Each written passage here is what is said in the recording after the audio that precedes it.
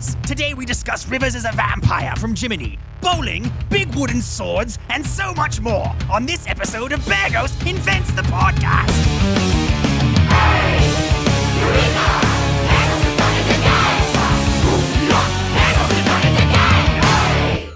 Ahoy, boogers! You're here again, we're here again, we're all here again. Back here to listen to us struggle to remember how and why we wrote songs. This is the podcast where we plunge into the who's its and what's its galore of the inner workings of Bear Ghost. I am Ryan. I play guitar. I got the regular guys with me. I got Buttons, the drummer. Howdy ho. I got Dew on bass. That's me again. And we've got the return of a smarter, more enhanced Tigbot 2.0. Hey, it's me. Wow, he sounds amazing. Yes. Today we're going to be talking about Rivers as a Vampire, probably the best song ever written. So, what the f***? Why? Why are you guys laughing? I don't understand. I love playing that song live. Yeah, me too. It's one of my favorite drumming songs. And live I change all the lyrics with, "This is the best song ever written." Oh man, somebody went on I don't even know what it's called. It's an AI program or something that's supposed to Tigbot. It's called. They went on Tigbot and they put in a bunch of our songs and it tries to decipher songs. And so they put screenshots up of what it thought our lyrics were. They started with peas and this says, "I'm a smitten. Please use a punch bowl. Skip and beat the slap to patch up my heart hole." So far, it's 100% correct. It did. My heart is singing for you and I'm singing home. We go pee papa do pa do pad oop a doop. And then they did Rivers, and it says, "Trade away 4-0 and gays for the beach and sunny days." Well, what I love is seeing peas. Better hit my live stream.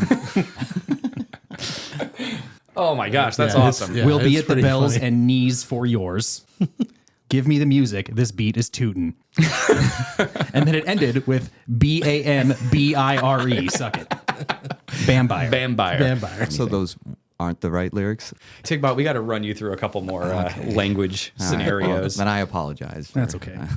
We had a fan at one of our shows that ended up coming to 3 of our shows. 2 or 3 of them.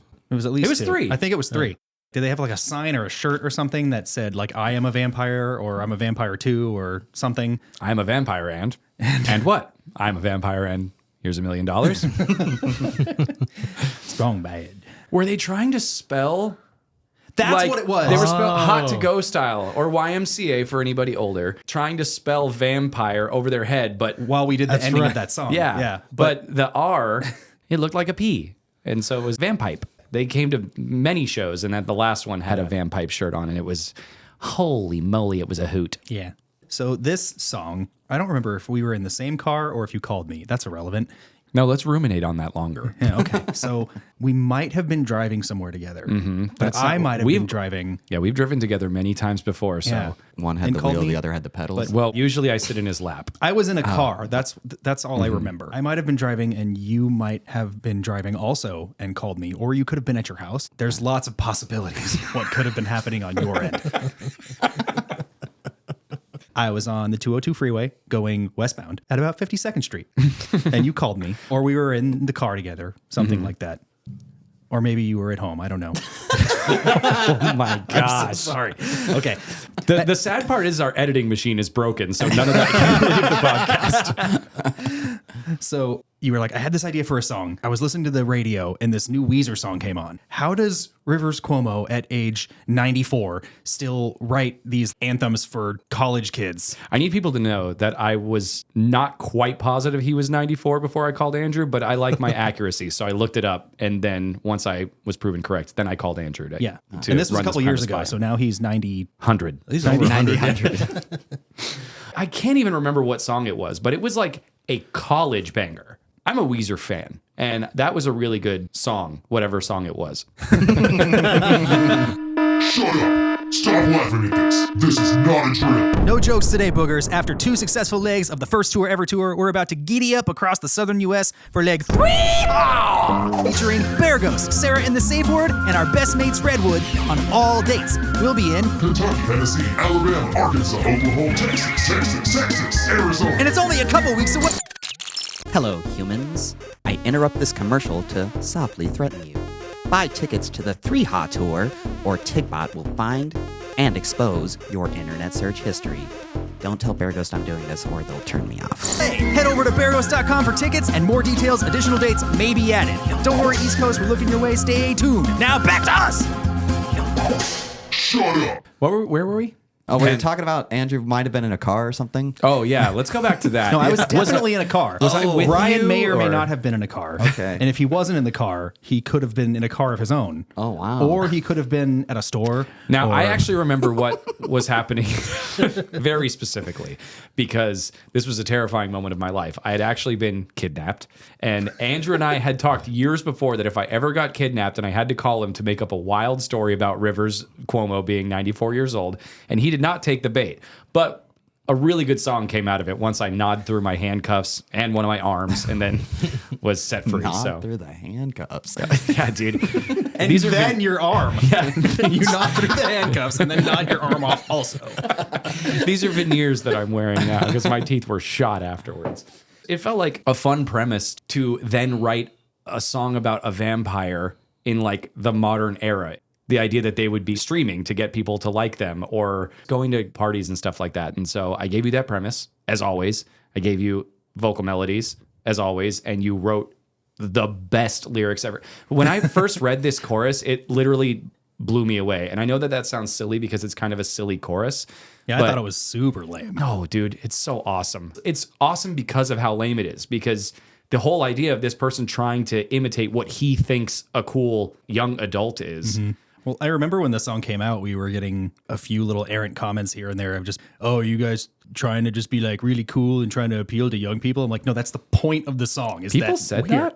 that? This is why I stay off the internet. Just a couple of errant comments. It wasn't a lot, but the point is that we are failing at that.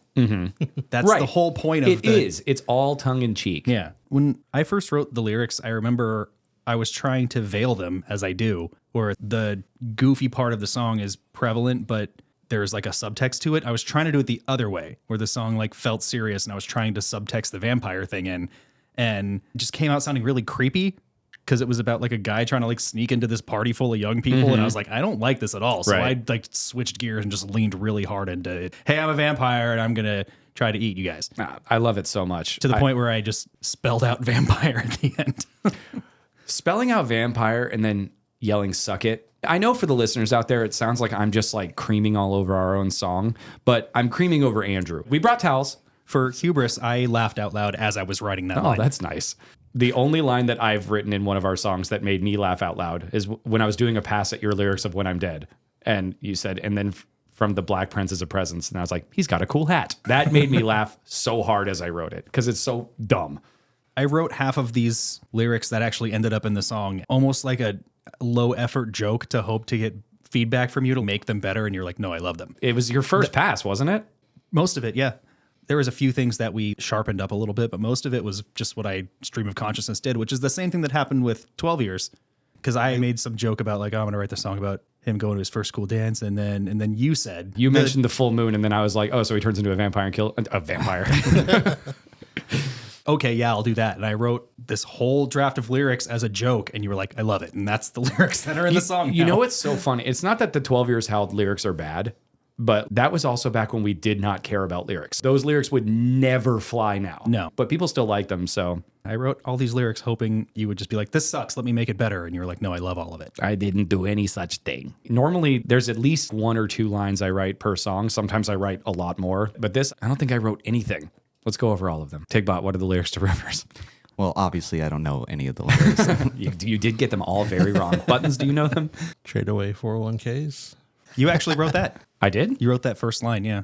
Oh, well, there we go. So we can find Wait, an was example. I supposed to guess what you wrote? I was like, You that's- succeeded. I Good job. No, you was like, yeah, succeeded. that's pretty good. Trade away no. 401ks for the beach and sunny days was your line. And the I'm too high to ever touch the ground. You wrote like 10 years ago. I did write that whole part. Is that why you forget it all the time? Dude, Because you wrote it so long ago? it's been a rough 4 years. I don't know. I like that song. The verse I was trying to make work for a long time. I think I wrote that verse right after we released Blasterpiece. And I just couldn't find the chorus and certainly not a bridge or a riff. You wrote this one bass line a long time ago that I turned into a whole 3-part trumpet harmony. Do you remember? Well, I don't remember what the bass line was. I turned it into a trumpet part. So it's in the song now? No, it's not. That's the thing. Is like you wrote this part, and I was like, I'm going to base the song off of this part that Andrew wrote. I kept writing more and more and more and more, trying to get to that part that you wrote, and I just kept writing other things, and then that part never fit into the song, so it didn't make it in. When you first started writing this, it kind of had like a little bit of a Latin beat to it. It still does. And well, it's a little more straightforward than it was back then. Wow. Okay. Cool. I mean, fine. Went out of my way to write it with a little bit of Latin flair, but That's pretty straightforward. oh my goodness. It's got a little bit of Latin flair, but it's not like a Latin song. Wow. Okay. You had this Latin intro and that whole verse. Right. And I was writing a song, if you remember, called No Gals and No Gallus. And it was just a song title that I really liked, and I had a premise for it, and it never came to be because we never finished that song, and now it's about a vampire.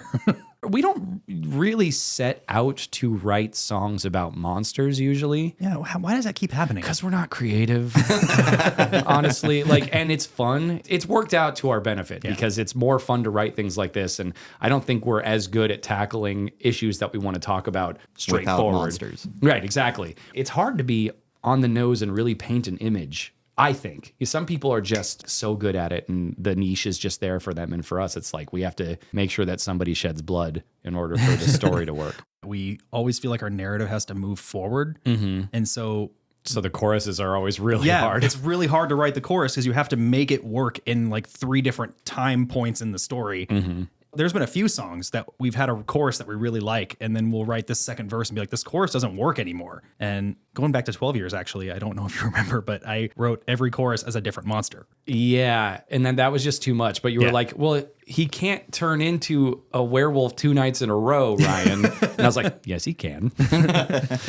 In the bridge of 12 years, I had written this whole thing about how like a mob came and killed him and hacked him to pieces. And then someone came and put him back together. And the last chorus was like, I'm a Frankenstein, baby. Like it's dumb, even though Frankenstein was a scientist, whatever. There was a time when we played in front of a bunch of kids. We played like a museum outdoor happy time or whatever that it was supposed to be for families. And that song says, oh shit, and has a lot of gore in it and stuff. So Andrew rewrote the lyrics for us. Literally on the fly. Yeah, it was something like, I'm a werewolf, baby, yeah, you best be believing. But I'm a nice one, so let's get some ice cream and take you to the mall so I can buy you some nice clothes.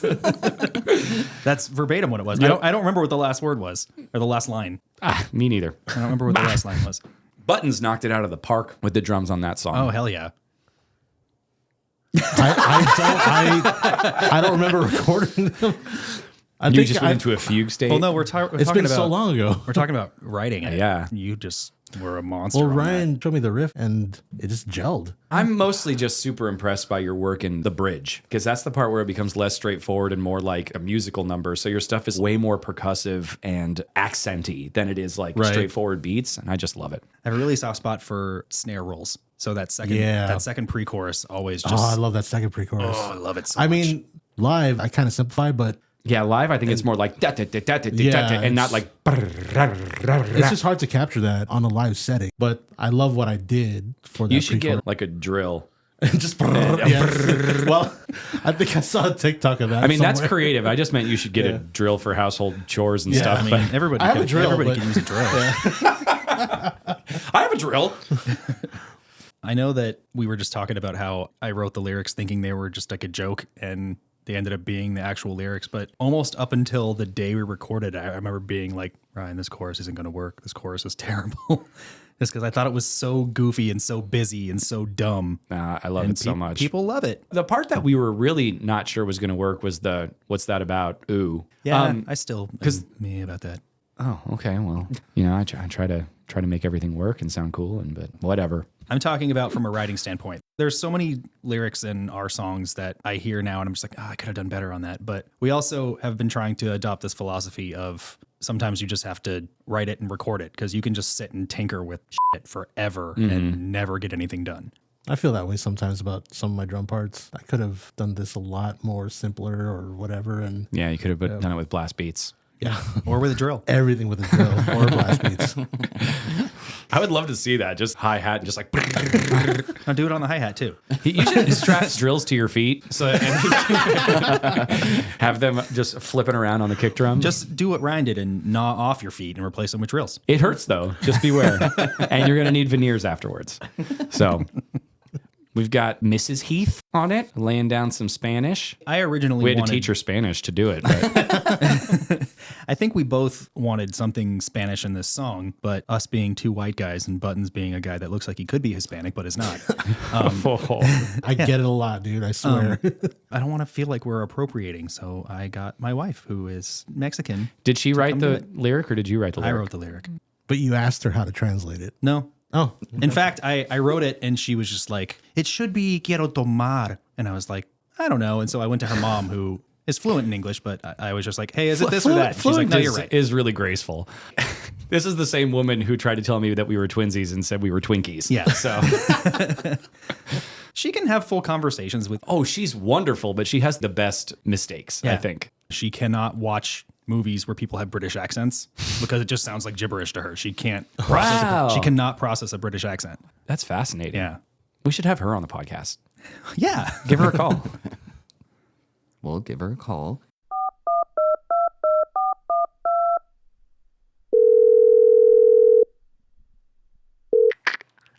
Hola.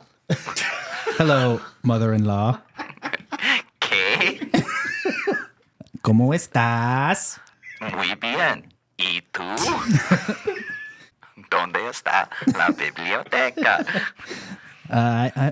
Okay, bye. She seems to me like she speaks pretty good English Yeah. from that conversation. We had a guest on this song. We already talked about her. No. The boy guest. There is a local legend in Arizona, Dan E.T., that plays trumpet in every band. He's toured in bands far bigger than we are. And he's like the busiest man in Arizona. He plays everything. So Dan E.T. is so accomplished that he got hired to arrange and perform a brass version of WAP for Cardi B's birthday party. I have a long history with Danny. My band lost a battle of the bands to him in 2005. Rightfully so. 'Cause I was there. We were terrible, and he was incredible. I was in the audience. And the only person in the audience. And then years later, honestly, it was a turning point for Bear Ghost. Yeah. When we first started playing, the only bands that would put us on bills were metal bands. And metal audiences didn't quite know what to make of us, but we were not gaining any audience. The metal scene in Arizona, I don't know how it is anymore, but used to have literally the worst kinds of shows. It was like all pay to play. You had to sell 50 tickets, and if you didn't sell them, you had to buy them yourself. It And sucked. you had promoters calling you and texting you every day being like, how many did you sell? How many did you sell? How many did you sell? Did you promote to your family? Did you put it on Facebook? Did you put it on MySpace? all that kind of Aren't you a promoter? Yeah, it was terrible. But in the more like indie or alternative scene, people come and they buy tickets at the door, and that's that. We weren't really involved with any of that. And then we got invited to play this show at Last Exit Live, which is like our home venue in Arizona, or the one we feel the closest to, I mean. Captain Squeegee was on the bill, and it was the first time I was like, oh no, I can't do this show. I revered Captain Squeegee so much. Captain Squeegee is Danny T's band, I should say. And then I watched their sound check and I had a panic attack, so that was cool. But from that moment on, we only played in that scene, and we started playing with a lot of bands that we really respected. And one time we did this weird like SNL sort of thing. Oh, that's right. There's these people at the Firehouse that do a sketch comedy show, and they had a live band play. And they asked us to do it, so we played, and Danny was the host. So he just jumped on and played trumpet in our songs. And it was interesting being on the phone call. So he's like, so what's the vibe of the songs? Because I just need to know before I play. And I was like, do you want to listen to them? He's like, nah, just give me the keys and I'll be cool. And he was. And so when it came to hiring somebody for trumpet, there's nobody in Arizona that you go to before you go to Danny. So I asked him to do it, and I sent him the rough mix with programmed trumpets. And he was like, yeah, no problem, but can you convert this to MIDI? So I converted it to MIDI when he showed up, and then he ran it through Sibelius and then was able to notate it. Then he had to change the notation to be able to play on the trumpet. Then he was just like, oh, dude, I love it when guitar players write trumpet parts because they don't know what the they're doing, man. And I would have never written this part, man. That does not sound like him. But he played what I wrote and knocked it out of the park. So I think the audience would like to know, which river are you referring to? Ganges? The Tigris? Oh, okay. It's one of the very few songs we have where we go back to the same verse. It's true. Most of the time we get to the second verse and we're like, we don't want to repeat that part. The other song I can think of that we do that in is Star Killer. You go back to the same verse. But other than that, there's not a lot of them. I wonder if that has something to do with the song's success above other songs. Because it just has a more stable groove. And there's some familiarity in it. Yeah, And it's not just a I don't know. chaotic cacophony of crap. We were at Medieval Times the other night. You grew up in California, so did you go to the one out there all the time? I had a few birthdays there. Yeah. back Oh, in the day. dude. Every time I went to Disneyland as a kid, we went to Medieval It's Times. fun. It's still fun. I loved it. There was literally nothing better to me than buying a wooden sword. Nerd alert. It was always my favorite. And to the point where when I go to the Ren Fair these days, I have to talk myself out of buying a big wooden sword. And I don't even want them painted. I want them Yeah, like just the plain wood. Yeah, Yeah, just it's the awesome. plain wood because that's what I got at Medieval Times when I was a kid. This isn't a wood sword, but there was a time we went to Disneyland, me, you, and JG, and we went to a store in Fantasyland and bought like a foam sword and shield, each of us, and we sword fought all over Disneyland for like 3 hours. This was a simpler time. This was when Disneyland was. Yeah, it wasn't as crowded as it is now. There used to be an off season, so we'd always go when crowds were really There's low. no and such thing as an off season. We literally could like run full speed from one end of the park to the other and not run into a crowd. Literally that same day, we spent the entire last half of the night in Main Street in the cul-de-sac learning how to ballroom dance. Remember? Oh, yeah. And we were just going in circles around the cul-de-sac at like full speed, not running into anybody, just by the like train learning how to station and ballroom stuff, dance. Ballroom dancing, it seems like you should do pretty slow, but we weren't. We were doing it like that scene in The King and I, because I know all of our listeners are huge The King and I fans. Oh, I was thinking of like the below deck party in Titanic. Listen up, all you three-headed amalgamations out there. We're about to save you minutes of your life. Say hello to the Trident Teeth Brush, the three-pronged toothbrush for 3 mouths at once. This time-saving dream will keep your mouths clean without having to take turns. I missed my important business meeting because of a time-consuming brush. Now with Trident Teeth Brush, I'll never be late again. Have more than 3 heads? No problem. The Trident Teeth Brush comes in 4, 5, or 9 prongs. Or cut down even more with the new Trident Teeth Brush Trident, where each prong has its own smaller trident. Having 90 teeth isn't easy. Since 2/3 of my teeth are not located in my mouth but float in space to each side of my head, I needed one teeth brush that could do it all. Single-headed? Share a bathroom with a sibling? On vacation with other people? No more waiting your turn. Brush your teeth all at once and have more time in your days. Imagine all the things you can do with the time saved. Pick up a new hobby? Pay your landlord? Brush your teeth again? Trident Teeth Brush is available online or in stores. Get one today. Damage to teeth, gums, and tongue are very light. Use at your own risk. We did reach out to Rivers. The Rivers. Yes, the Rivers. And we were politely turned down. But we did get a response. That's pretty cool. We did. And it was, no, dummy. Who do you think you are? I am. What is this? A Simpsons thing? I laughed No, because Pete Weber. Yeah, this guy, Pete Weber, who was in a bowling championship or whatever, and there was somebody in the crowd that was like heckling him and went up and did his last thing and he got a strike, I'm guessing. Yeah, he won the tournament. And he turned around and was like, yes, that's right, I did it. Who do you think you are? I am. Buttons, you're a big bowling guy, right? It's one of my favorite hobbies. That What's your regular score? right now probably like 180. What's the highest score you can get in bowling? 300. 300? That's what I get. That's amazing. You should be a professional. Have you ever been bowling for soup? Not for soup. I bowled for money before. Okay. I don't know if you still do this, but you used to frequent the punk rock bowling in I Vegas, did, right? yeah. I went the first It's in Vegas, 10 yeah? years in Vegas. Yeah. It's always on Memorial Day. Old retired people trying to enjoy their vacation, but they're surrounded by people with mohawks and chain wallets and stuff. But now it's a big music festival. Back then, it was actually a bowling tournament. I feel like going to Vegas for a relaxing vacation is a really horrible idea. There's a lot of ways to vacation in Vegas. Let's run them down. Gambling? Sitting by the pool and drinking a pina colada. Pina colada that's watered down and costs 8 times as much as it should. What's your highest score you've ever bowled? 279. Dang. He bowls higher than my credit score.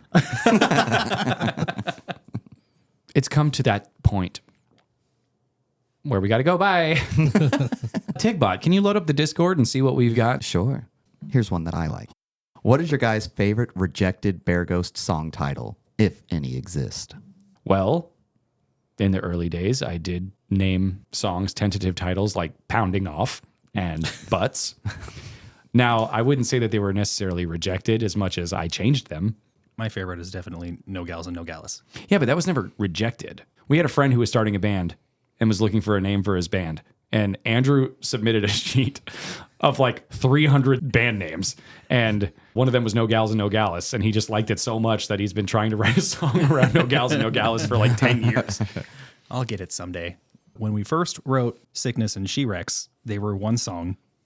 We played them as both parts live, the whole like 7 minutes and 40 something seconds of them. And that song was called Newson. And it was called Newson because Ryan typed it in and forgot to type the G. Didn't put a space in it and didn't put a G and saved it. So it literally was Newson until we were trying to pick the name after we recorded it for Blaster Beast. Yeah. Here's another one. All right. What is each of your favorite films? Uh-oh. Jeez. I think we need to preface this. My favorite film is not the movie that I think is the best movie. There is a difference between the movie that I like the most and could probably watch on repeat forever and not thinking that that's the best movie of all time. What is it? It's Jurassic Park. I can watch that movie a billion times and never get sick of it. I don't know why. Let's do it for a podcast. You have to sit down and watch it a billion times from front to back. Okay. Are we going to run out of space on our Roadcaster? It has 12 hours, so I think we'll be fine. What do you think, Buttons? Is this like all time or just Your favorite today? Fifth Element? We had a really long discussion about The Fifth Element driving back from our tour. Yeah. The two of you did? Yeah, because most of the people that like The Fifth Element saw The Fifth Element when they were younger, and I saw The Fifth Element like 2 years ago for the first time. And I was like, this is the worst movie I've ever seen in my life. Everybody I know that had seen it when they were younger is just like, what are you talking about? So I'm assuming we're all fans of Hook. Oh, yeah. Yeah, people talk about how horrible of a movie it is. It's weird because I don't see it. I'm pretty critical, and there are so many movies I used to love as a kid. Some I still love now, and I know they're bad, and some I just think are bad and I can't watch. Hook is one of those ones where I'm just like, I don't know, man, this is a fun movie. The visual effects are good. I like the story. The score is rocking. The direction's Is good. that going to be your favorite film? Hook for sure. That or Baby's Day Out. If I'm really being honest with myself, Baby's Day Out for sure. Up until I had a child, I definitely considered myself like a movie. Consider yourself a movie. Yeah. Me and Tigbot would try and watch like all the movies that were nominated for Oscars every year, something we still kind of do. It's hard for me to pick. For a long time, I thought it was Django Unchained until the last 10 minutes, 15 minutes. 20 minutes. 20 minutes. I think it's pretty much perfect until he goes back to the house for revenge and kills all the people and then does a horse dance. Is there a movie that you would consider, even if you don't think it's the best movie of all time, but just a perfect film? Oh, Baby's Day Out.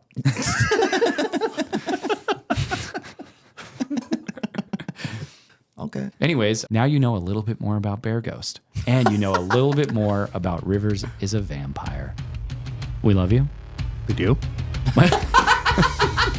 Later. Hey everyone, thanks for listening. Special thanks to our Kickstarter backers. Speaking of which, next week is our first top tier Kickstarter reward for John Commander. We are doing Mama by My Chemical Romance. We will see you then.